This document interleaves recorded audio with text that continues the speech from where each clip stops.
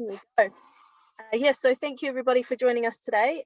We have Libby Patterson with us, who is a lecturing fellow at Victoria University and a PhD facilitator with Otago University and on the EON's Education Outdoors New Zealand board. So thanks Libby for coming along and giving us your time. And Libby's sharing with us insights from the NMSSA, the National Monitoring Study of Student Achievement. My name is Sophie Hoskins. I'm the EON's Outdoor Education Kaiarahi, and excited to hear what Libby has to say today. So this webinar series, if you're not sure what it's about, is part of the Growing Connections and Confidence webinar series, and it's a collaboration between Education Outdoors New Zealand, Physical Education New Zealand, the Health Education Association of New Zealand, and Sport New Zealand, in particular the Healthy Active Learning Initiative.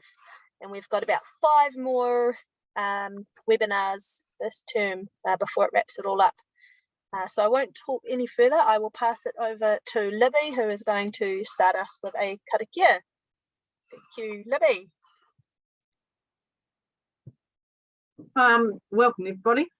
We'll ask some questions of you all in a minute, but perhaps it's just a good opportunity to pause and join together with this karakia and just think about that beautiful day out there. We did start with a beautiful day and a frost to boot and had the helicopters flying around, but it's become overcast since. So join with me. Whakataka taho ki te uru, whakataka taho ki te tonga, kia mā kina kina ki tā, kia mā tara tara ki tai, hei ia ki ana, te atakura, he tio, he huka, he hauhu, ti hei Māori ora. So you'll note from my opening slide that this afternoon we're going to look at the insights for teachers from the NMSSA data. NMSSA standing for the National Monitoring Study of Student Achievement, and I think this is a fabulous resource, and it should be a foundational resource for all teachers to use in terms of what quality teaching and learning looks like in both health education and physical education. So a question for you: why are you here? What do you know about NMSSA already?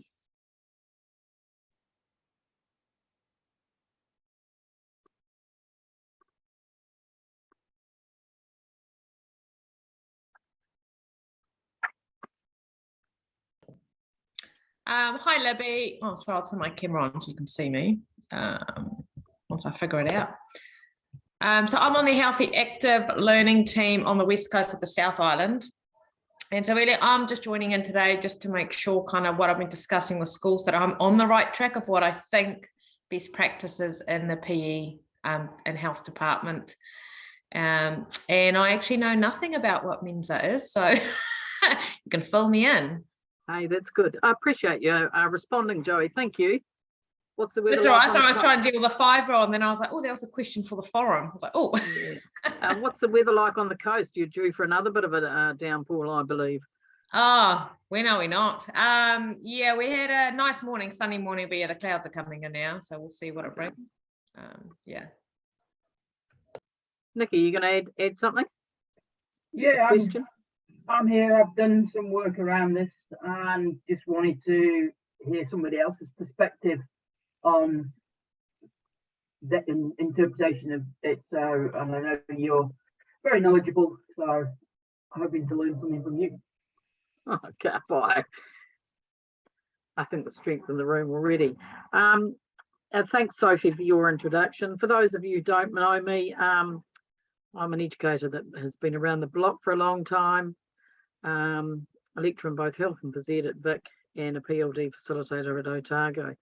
And yeah, I think this is a really cool resource. So hopefully some of the things that we talk about today will be either new to you or just extend your thinking.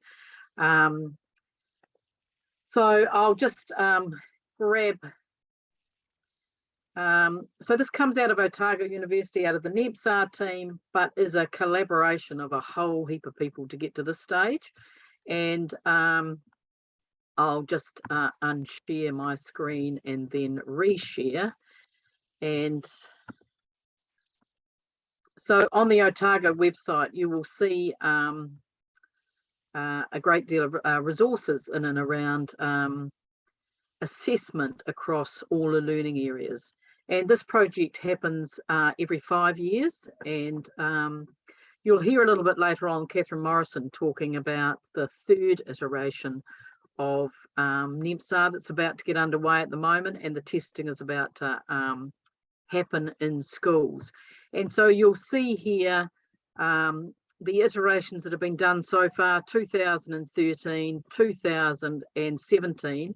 Key findings are obviously fairly heavy documents, and the summary findings are just brilliant to have a look at. So I'm not going to spend a great deal of time in there. Oops. Okay, participants can now see your screen. So for those of you that haven't been in here, there's a new look to the NMSSA. And for those of you that are older still, like myself, started at NEMP, National Education Monitoring Project, and now it is National Monitoring Study of Student Achievement. And I think one of the things that's highlighted out of the Education Hub recently that Catherine will mention too is that the data here is seen as really rich and incredibly useful for schools. I know teachers are time poor, but and sometimes these things arrive in your box or in somebody's box and go under the radar. So we're particularly looking at the reports and resources today, and thinking about the process as it is.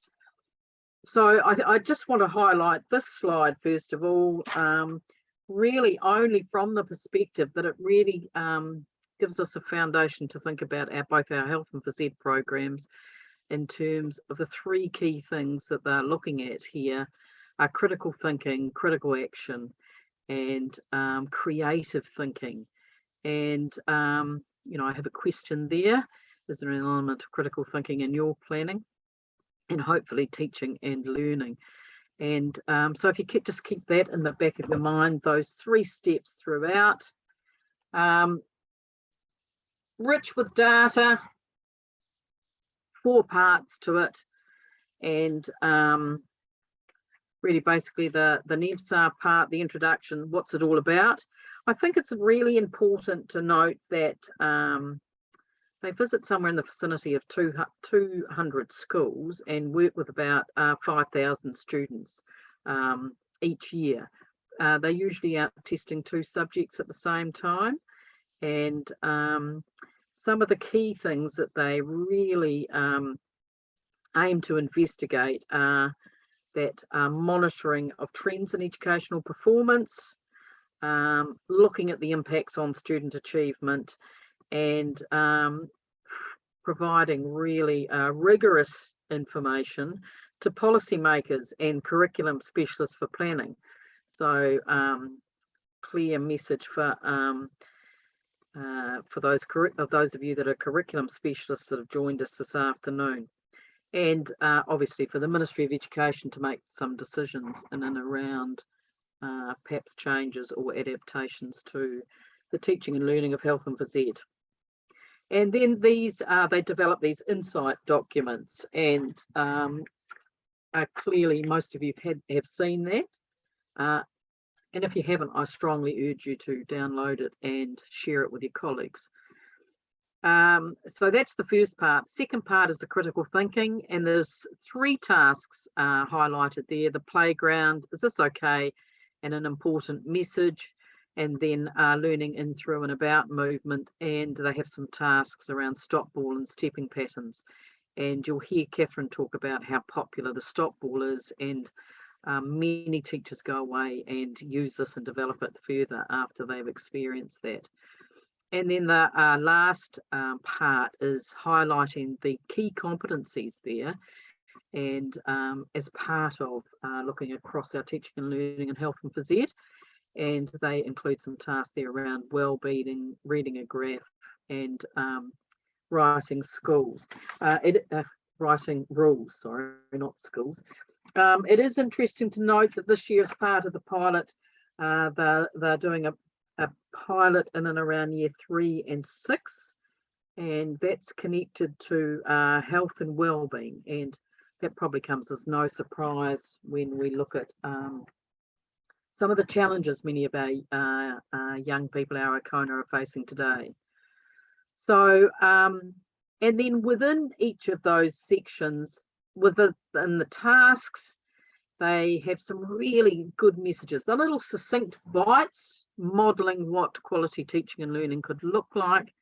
They're tasks, but they could be developed into teaching and learning activities, and a clear message about what they want to find out, some task instructions, and then I just love going through the student responses and how they respond to the various questions, and then what we learned as a team when they analysed the data, and then there's some clear messages for those of us that are teaching health and physical education in our programs.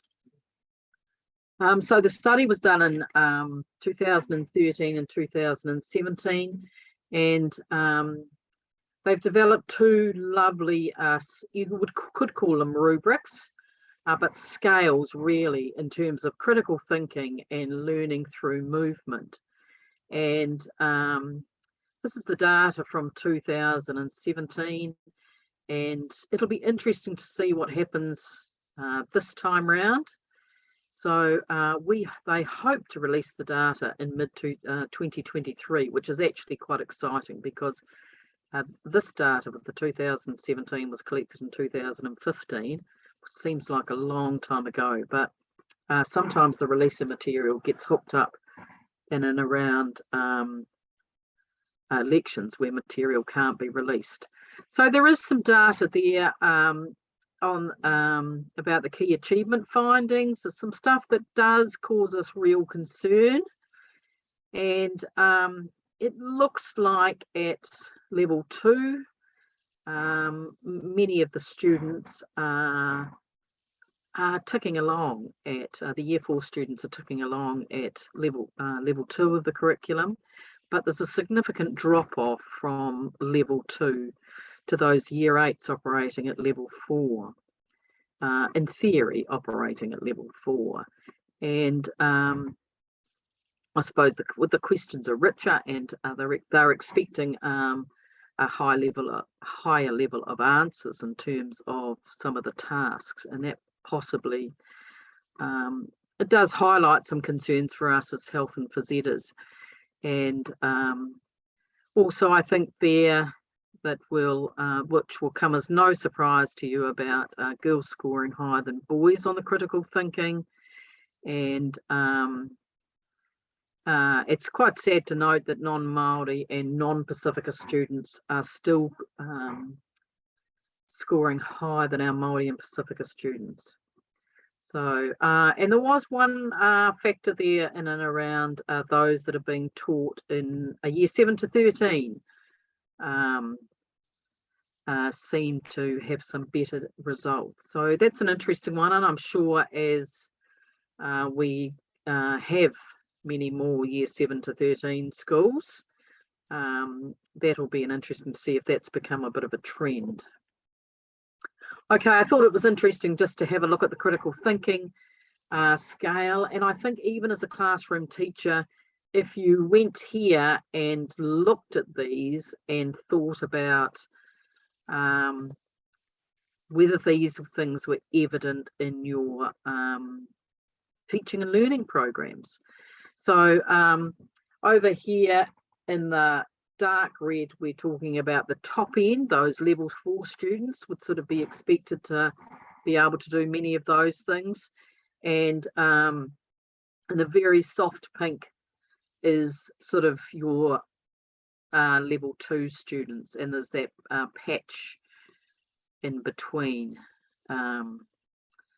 So I think this is a really good place. If you haven't looked at these inside here, you could do a bit of reflection on your own teaching and learning across your school and around with your year 7 and 8s, looking at some of these big picture ideas in terms of, you know, where our kids are going at in terms of critical thinking. This is the movement one, the movement scale, and again, level 4 on the right hand of the oh, sorry, level 4 students in the dark red with some examples alongside it, and then moving down to our level 2 students. And you can see that it gives you a bit of an idea about what they're looking for. Originally, we only looked at fundamental movement skills in isolation, whereas the tasks are clearly an integration of a large number of things that happen in, through, and about in, through, and about movement.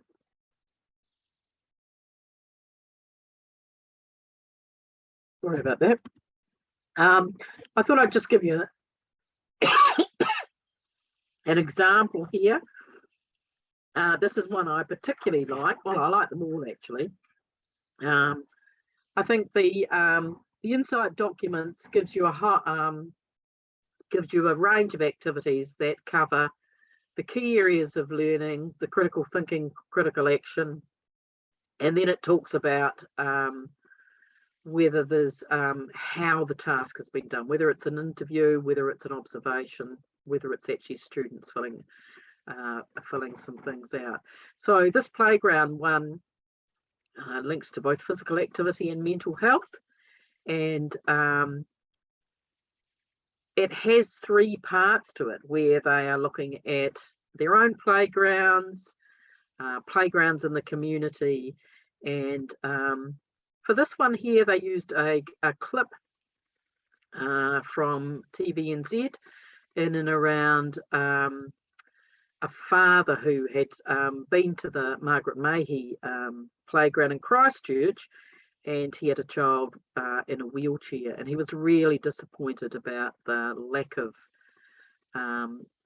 materials, activities that his child could participate in. And then the students are asked some questions in and around that. And so you can see, you know, families playing together, looking at the environment, looking at limitations on playgrounds. Inclusivity comes across quite a lot, and then evaluating some strategies. And what I particularly like is some of the student voice, examples of student voice. And you'll see here, this is only part 1 of the question, and I have just selected some comments from year 4 and year 8. And you might just take a minute to have a look at those.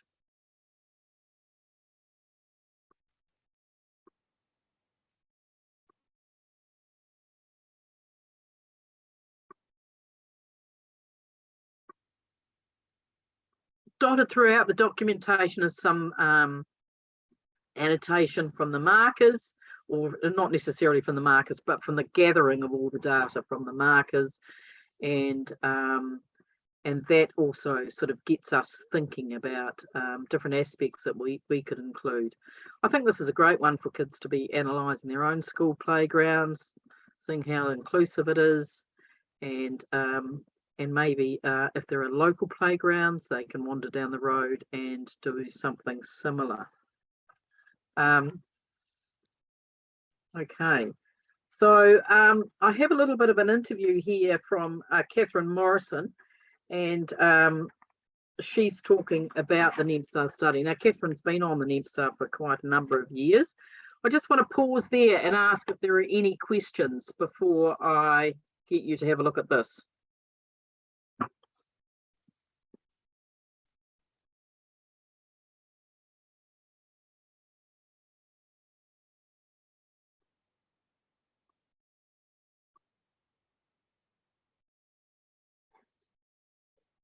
Okay, well, I'll start this little, good use of wait time. I'll start this little, and people might like to pop their questions in as they go. Kia ora koutou. It's my great pleasure to introduce to you as part of this webinar this afternoon to Catherine Morrison from Otago University. Catherine's been involved with a number of the NMSSA studies over a long period of time. We're looking at the third study in this series is being tested at the moment. And I've just got a couple of questions for Catherine that I'm sure will develop your understanding of the value of the NMSSA study in health and physical education. So,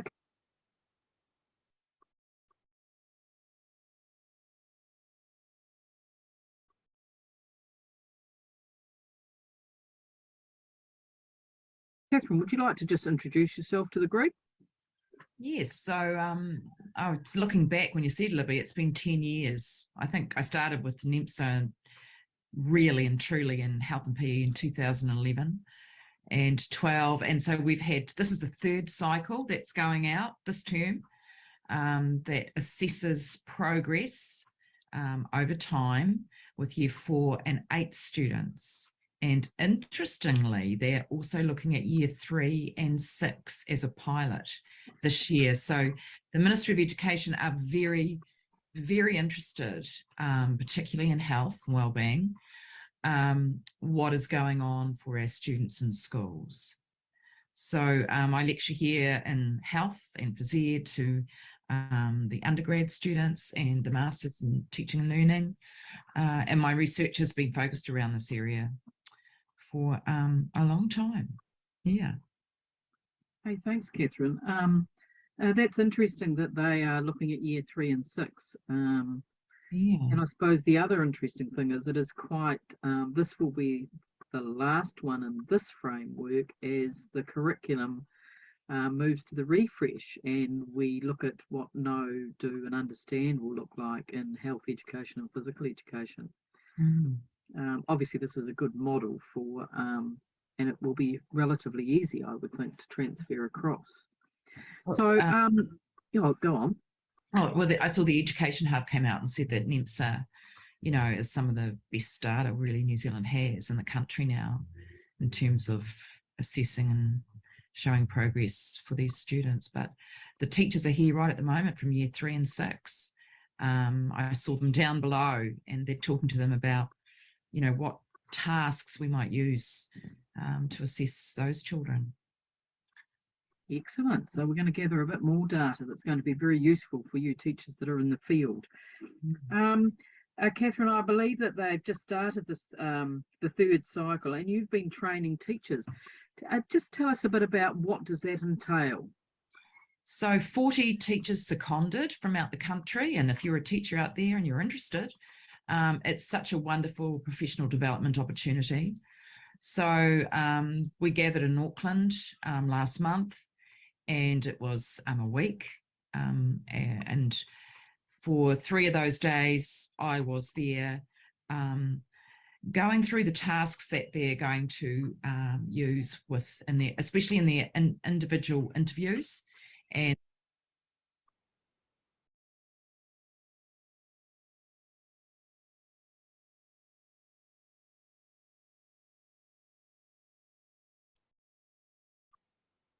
Tash, no, your school works with year 11 to 13 students. It doesn't cover year 11 to 13. So, but it is particularly good, I believe, for year 9 students, for teachers of year 9 students to have a really good understanding of what quality assessment in health and physical education could look like in the looks like in the primary school, and would give them an understanding about where their students are at. It's probably one of the best things that you have that will give you that information in towards building to those students that are year 11 to 13. So I hope that answers your question, but it's probably not quite the right frame for you, but interesting to hear if you teach year 9 and 10. Hope that answers your question. assessment in physical education. So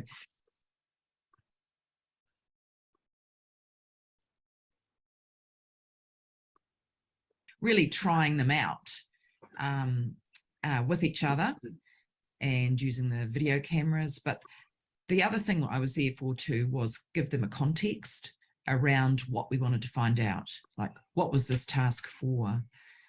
And so that gives them, as researchers, teacher researchers, real insight into what we're trying to do there in that learning area. So the assessment the rubrics have all been made already, so we know what we're wanting to find out. And so it's telling them this is why we're doing it this way, basically. The other, I suppose, mantra and philosophy behind NMSSA is that the tasks must be authentic. They must be tasks that the students enjoy. So that becomes a challenge as well, alongside the fact that we're looking to assess them against the curriculum, basically at level 2 and level 4. That's exciting to hear, isn't it? They've got to be authentic. Obviously, some students will come across the types of tasks they've never seen in their lives before, in terms of their own teaching, the teaching and learning they've had in their schools. Is there some sort of support you can give teachers to sort of, because they will all be starting at different places?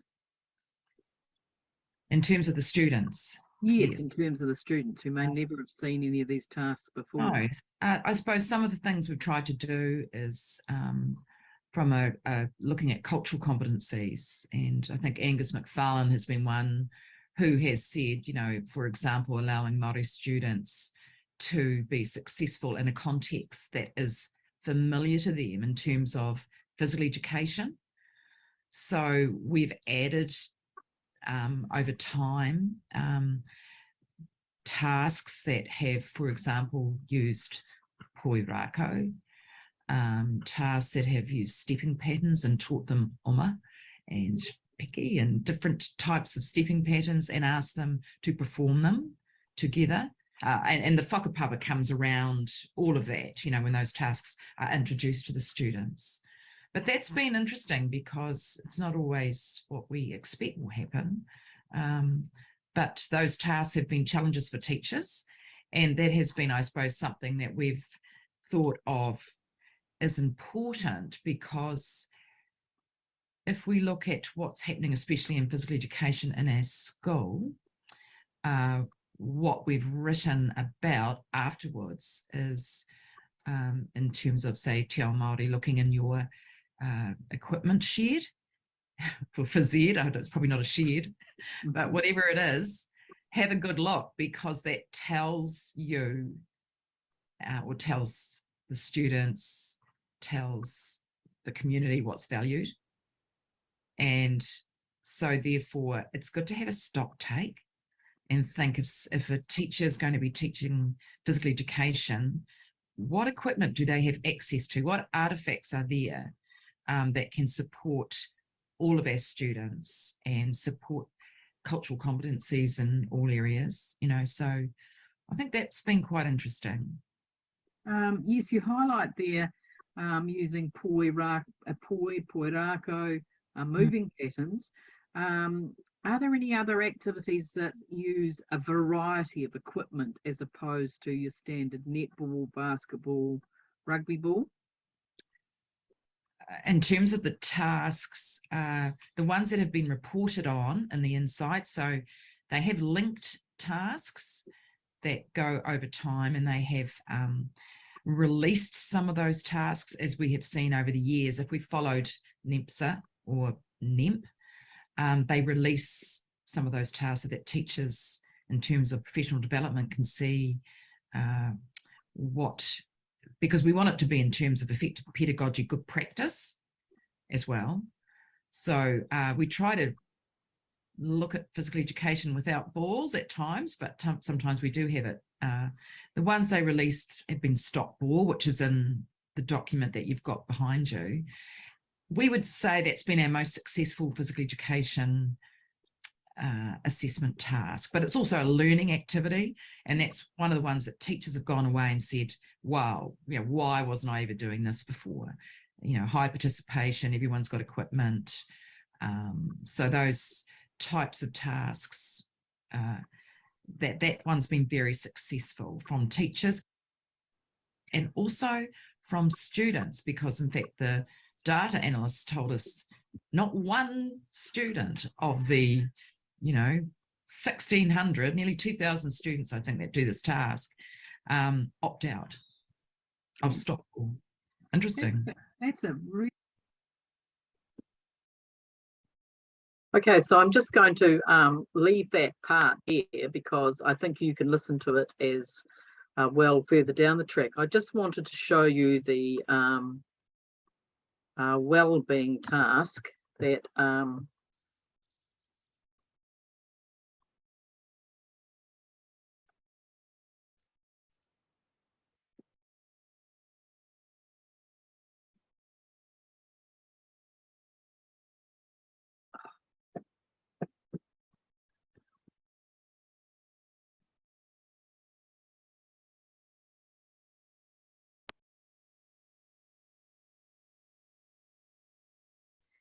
so you'll see it's a very easy document to navigate your way around.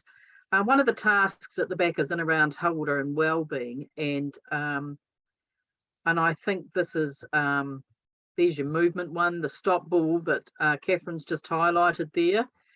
And there's a range of things they wanted to get from that activity there.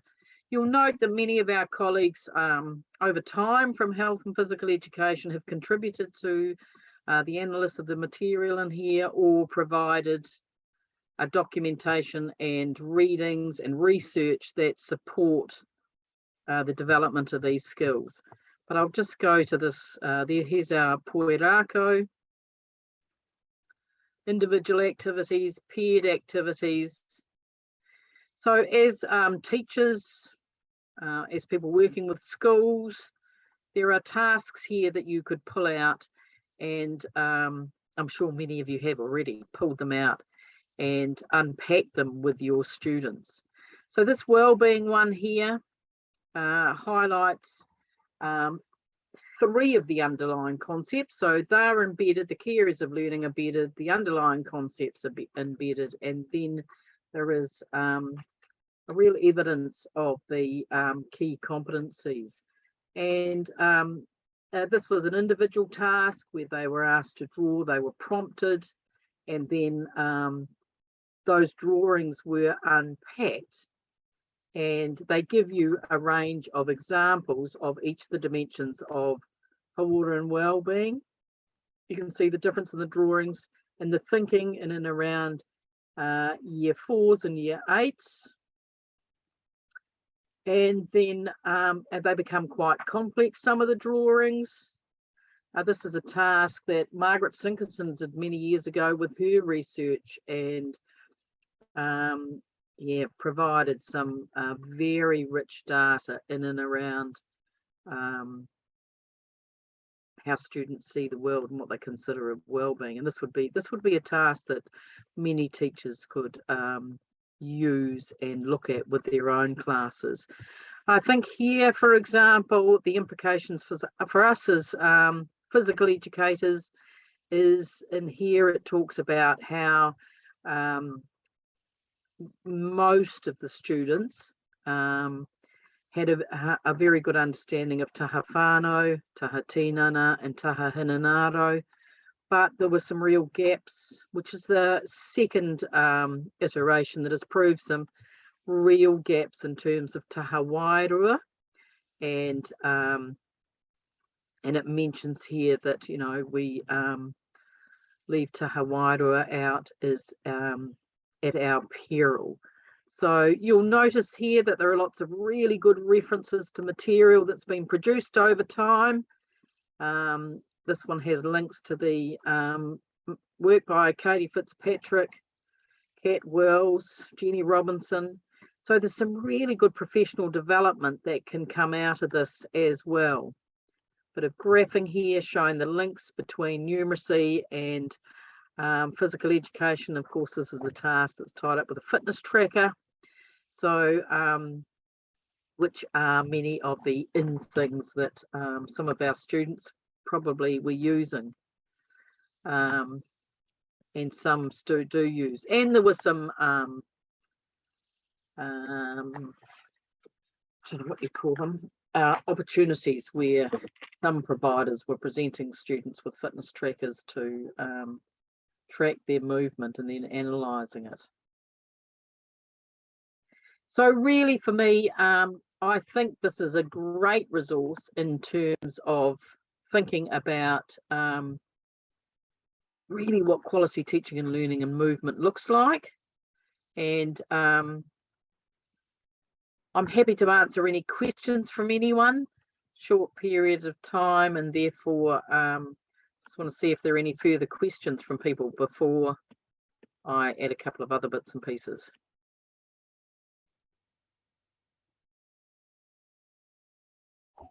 We did have something in the chat earlier just from Tanya saying, love the doc, hoping to hear and learn a bit more, and keen for us to do something with the next one for schools when it comes out.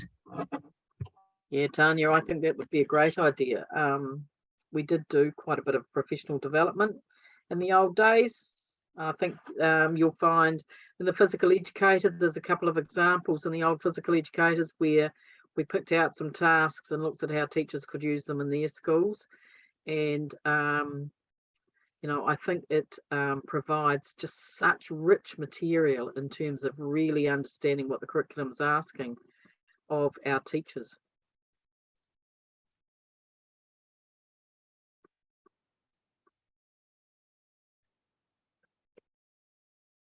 Any other burning questions? I can't have answered all of them.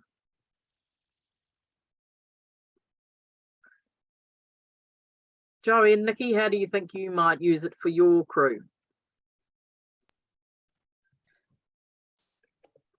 So I'm just getting my video up. Oh, it's just not working. I'll just talk without my video. Sorry, I can't seem to get it going. I guess, yeah, I'm a bit stumped. It's not quite what I thought the session was going to be about when I kind of read.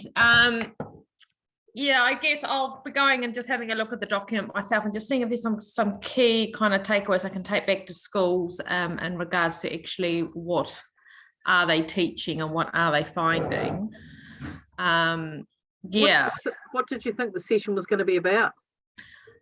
I actually thought it was going to go about how I can go into schools and help them to critically analyse their current programs. Okay. Yeah. Yeah. So I probably missed the ball. No, you could still use some of these tasks to see really what sort of information they're actually giving their family and whānau about their learning and health and physical education. Because if you look at the data in here, it's not really in and around which sports teams they belong to or whether they've participated in the cross country or the swimming sports. Yeah, yeah. So I think it does help teachers really identify what quality teaching and learning looks like at level 2 and level 4. Yeah, I did like that slide where especially the disparity with the year 8s, how they seem to drop off quite, it reduced quite a lot to year 8. So there's obviously something in our schools that are stopping the higher level achievement happening, which is definitely due to the sports-based modules that a lot of schools are on at the moment. Just preparing for inter-school competitions is pretty much the use of PE on the coast. Yeah, we're trying to change around. Yeah.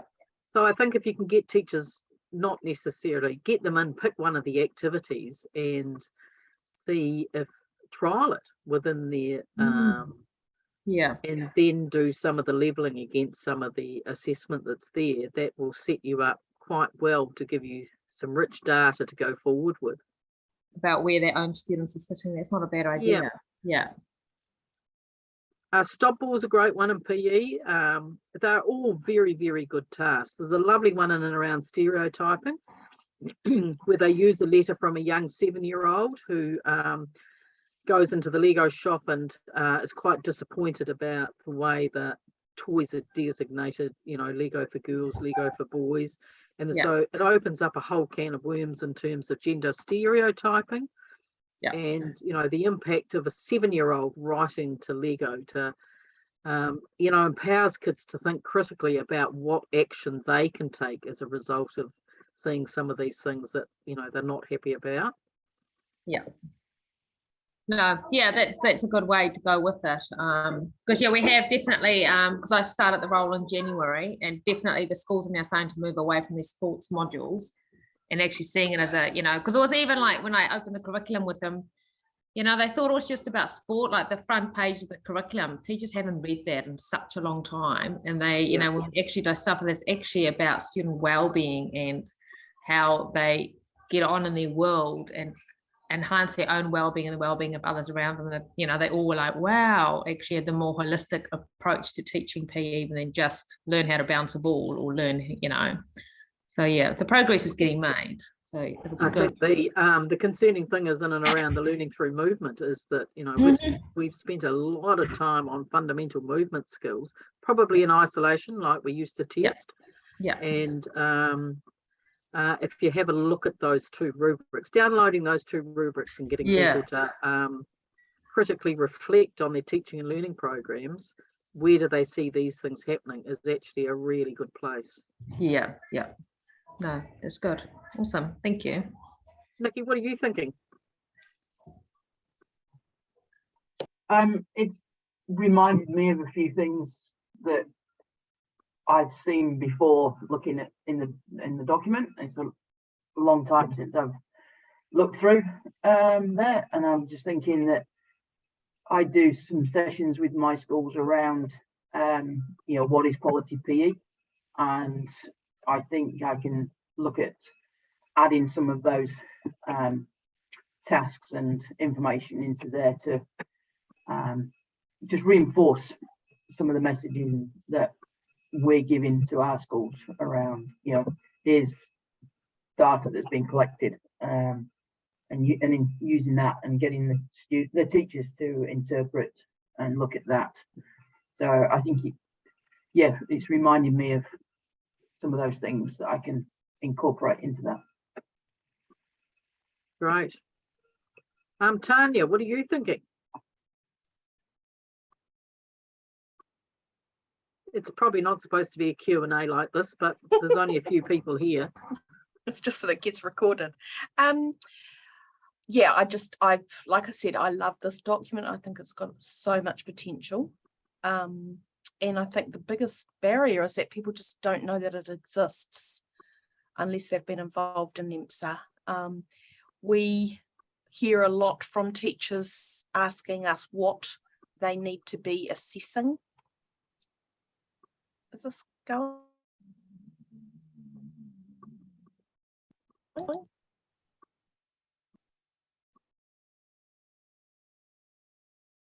I've lost you, Sophie.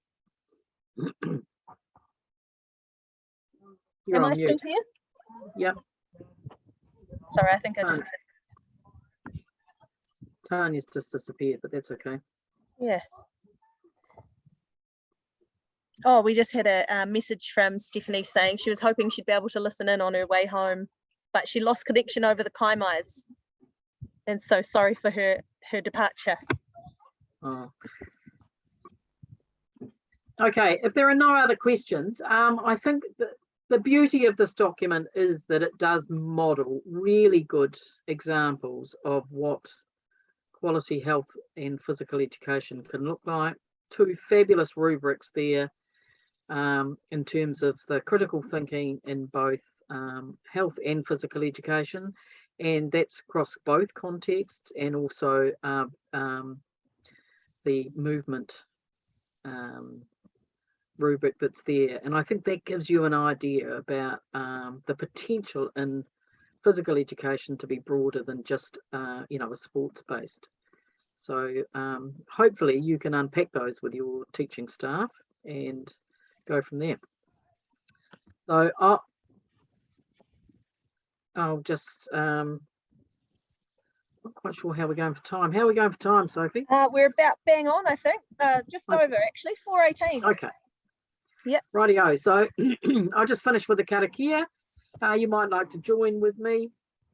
Una here, una here, una here. Kite uru, kia watia, kia kia mama, mama, te tanako, ngākau, te te tinana, tinana, te te wairua, wairua i te ara te tangata, tangata, Koeira tara e e rongo, rongo, whakaera e whakaera ia, runga, runga, ki tinana, tina, tinana, hui e tia, tai tai, ki e. kie.